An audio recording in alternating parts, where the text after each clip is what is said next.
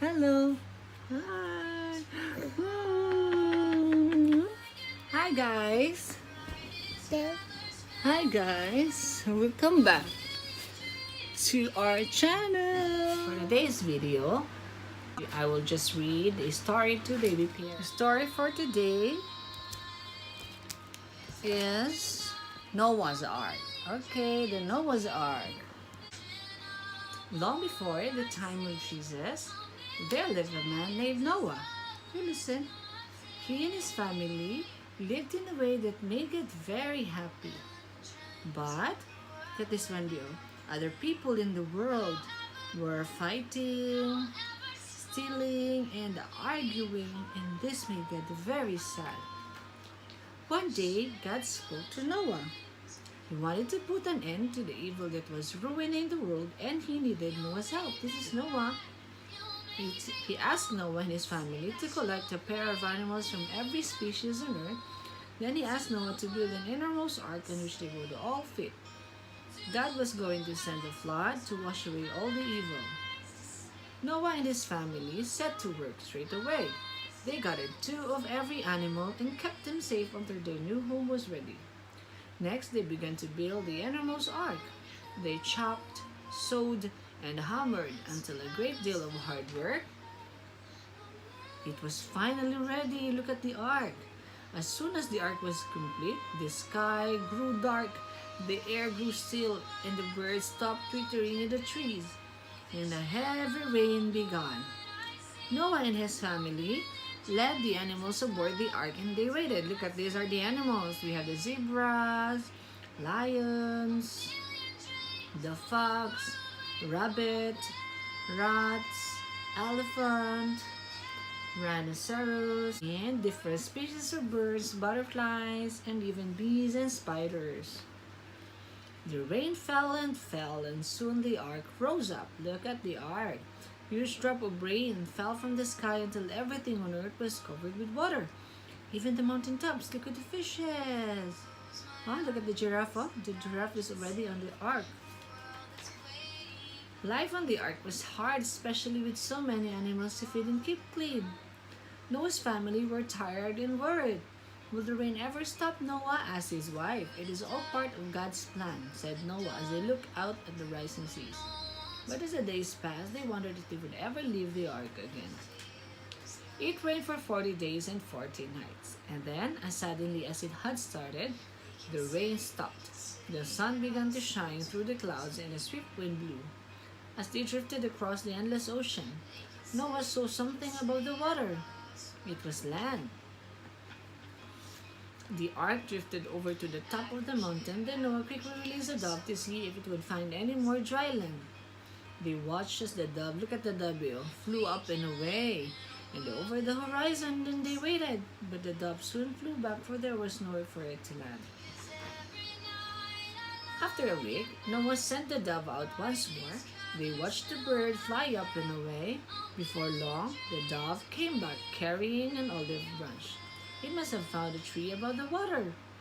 The dove dropped the branch, then it flew from the ark and did not come back. Noah realized that the land was dry enough to live on again. It was time for their new lives to begin at last.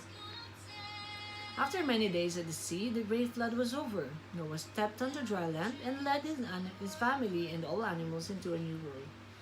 Noah and his family knelt down and thanked God for saving them. They promised to create a peaceful new world which would make God happy. To reward him, God made Noah a promise. He said, I will never send a flood to destroy the world. Instead, every time it rains, I will send a rainbow as a symbol to remind all living creatures on earth that I will always keep them safe. And to this day, God is true to his word, for whenever the sun and rain appear in the sky together, the rainbow does indeed shine over the world. The end. You want more stories? Do you want more stories? Okay.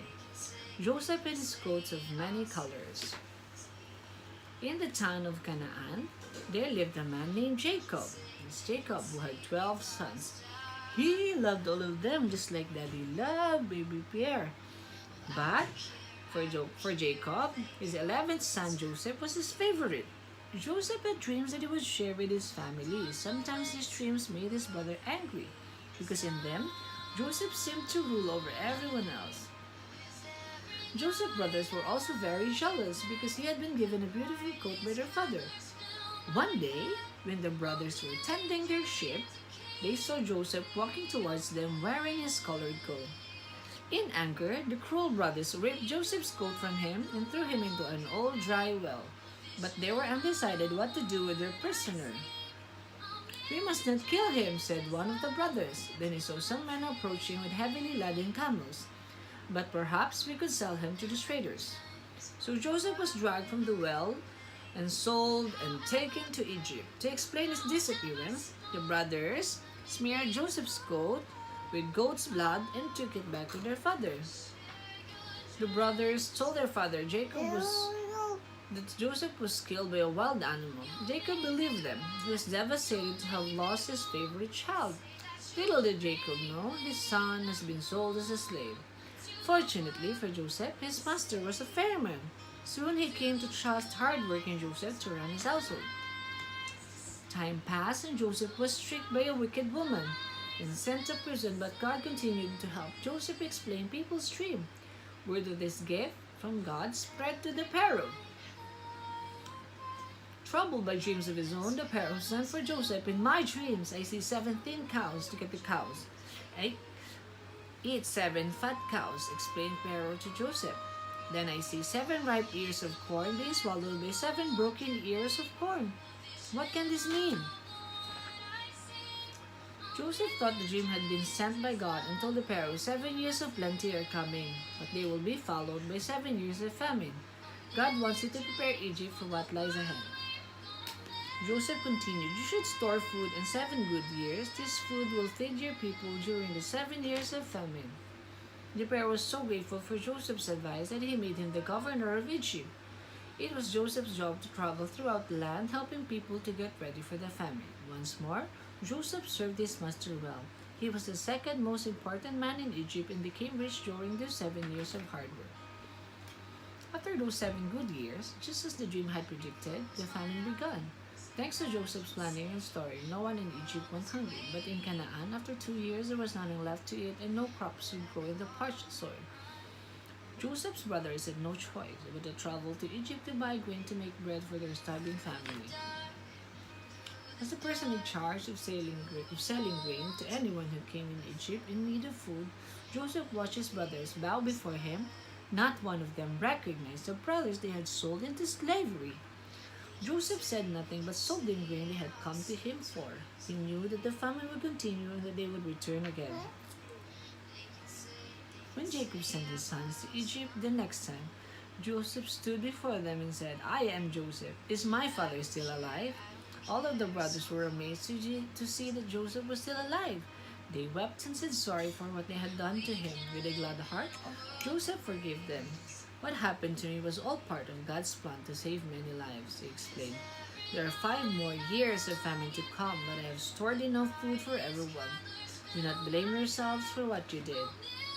The pair was so grateful to Joseph for keeping his people safe from hunger. He told him his family could come and live in Egypt too. Joseph proudly sent his brothers to come home to Canaan to bring back their families and their father. It was only when Jacob saw Joseph with his own eyes that he realized his dreams had come true. His son was alive.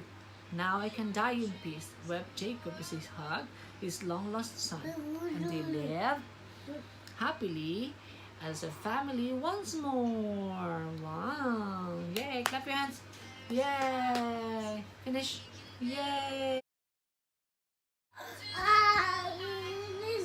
That's that. RC, Tom. RC, what is it that you're holding there? Your card?